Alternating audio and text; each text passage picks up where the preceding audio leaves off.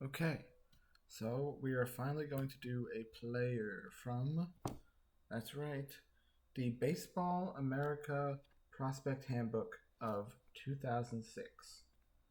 The comprehensive guide to rising stars from the definitive source on prospects, with a foreword by Mark Shapiro.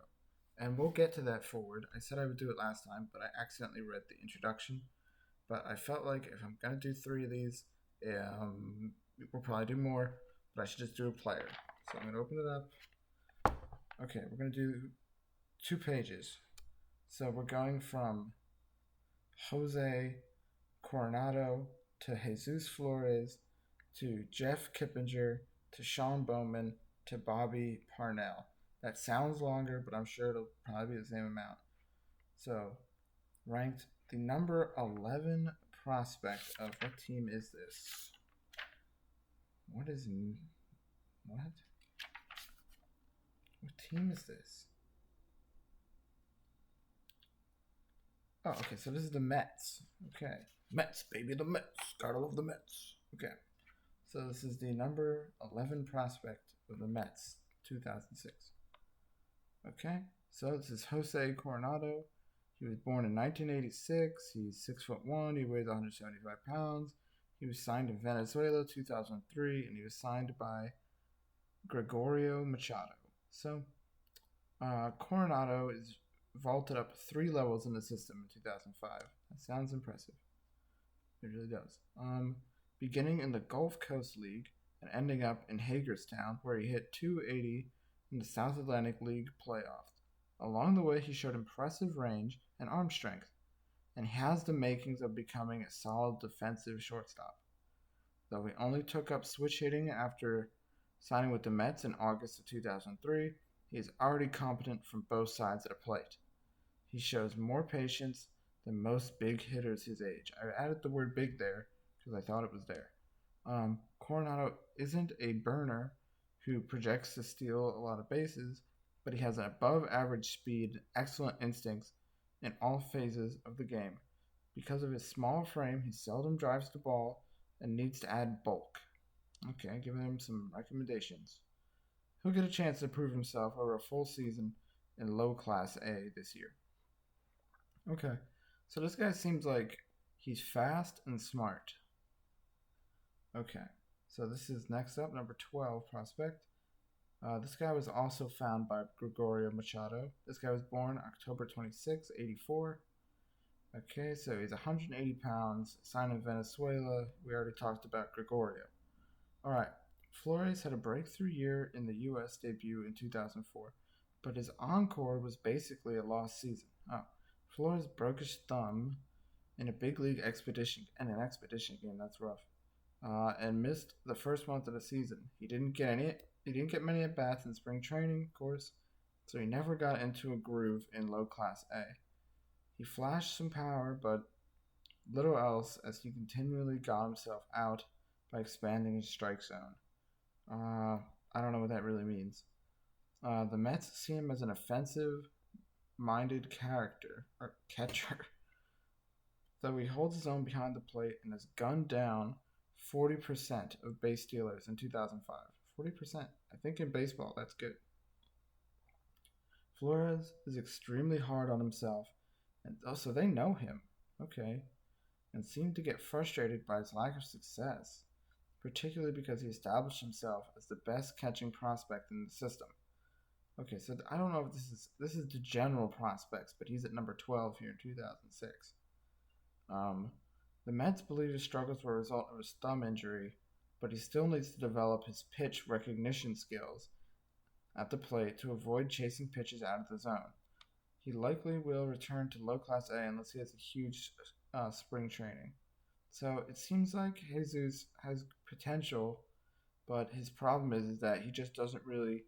He's not good at like the pitching, like the hitting the pitches, like the what's it called? I don't understand baseball enough to explain it, but it seems like he just needs to be smarter about what balls he swings at. Perhaps I don't know. I'm sorry, Jesus. This is an analysis from even less than a novice, just reading a book. Okay, so we're gonna move on real quickly here. We only have 3 left, and we're going to go through a little faster. So this is Jeff Kippinger. He was born April 21st, 1980. He is 6 foot, 180 pounds. He was drafted in Georgia, 2001. It says 4th round. Signed by Jack Powell of the Pirates. So I guess he was on the Pirates. Now he's on the Mets. Though he hit 337, it was a rough year for Jeff Kippinger. He broke his left kneecap. Ooh, kneecap surgery. That's not good. Some people get excited for a stupid joke. Mid-June, when Charlotte's Felix Martinez took him out on a double play, and he didn't play again in 2005. Oof. Shortly afterwards, Met second baseman Miguel Caro and Karo Matsui went down with injuries, and Kempinger would have been promoted if healthy. Oh, that's rough. Oh, that's really rough. His replacement at Norfolk, Anderson Hernandez, played better than expected and passed him on the organization depth chart. Oh no. Kempinger's baseball trademark in the minors has been tremendous bat control. So this guy gets it. Okay, so he's smart. He's batted at least .325 in each of the last 3 seasons and rarely strikes out. Though he homered twice off Southern California ace Mark Pryor in 2001 College World Series game, Kempinger's contract approach means he'll never hit for much power. Contact approach. So his value is derived entirely from his batting average. So this is like, I've seen the movie Moneyball. This guy would be good for that. His defense at second is average, and he saw some time in 2005 at third base shortstop, his college position. Kempinger would probably return to AAA to begin 2006 with hopes of breaking into the majors as a utility man, though some Boy Scouts believe he could handle an everyday assignment. Okay. We're moving on quickly to Sean Bowman. He was born December 9th, 1984. He's 6'2", weighs 206 pounds. He was drafted in high school, Coquitlam, I don't know what the hell that's, BC, before Christ, 2002, 12th round, by Claude Pelletier. Loaded with tools, Bowman lacks the game experience of many of his peers because he grew up in Canada. That's a funny sentence. But the weather isn't conducive to year-round play. He signed shortly after batting .395. Wow, with a team best 4 homers for Canada at the 2002 World Junior Championship, but hasn't approached the success of a pro. He's still raw and struck out 110 times last year, even though his season ended in late July when he fractured a bone in his lower back. I'm pretty sure that when number 15 comes out, there would be an injury mentioned, because that seems to be what happens here. Bowman has above average raw power, but he swings and misses too much. His pitch recognition isn't strong, and he's too pull conscious. He did encourage the Mets by showing improvement before he got hurt, hitting .291 with 13 homers in June 1st. After June 1st. Already an exceptional defender, Bowman has quick reaction, soft hands, and a plus arm. Bowman likely will start this year in Class A to work on an offensive approach. While he's blocked at third base by David Wright, it's too early to consider moving Bowman to another position, considering his proficiency at third. So this kid seems like, there's something there. There's something in him. It's like cool and good. He's got that spark in him. Okay. So this is the last one that we're going to be reading today. This is Bobby Parnell. So he was born September 8th, 1984. He's 6'3", weighs 180. I guess that's skinny. Charleston Southern, 2005, 9th round. Signed by Marlon McPhail. Okay, and this one's short. Oh no. Wait. Oh, there's literally like 6 words on the next page.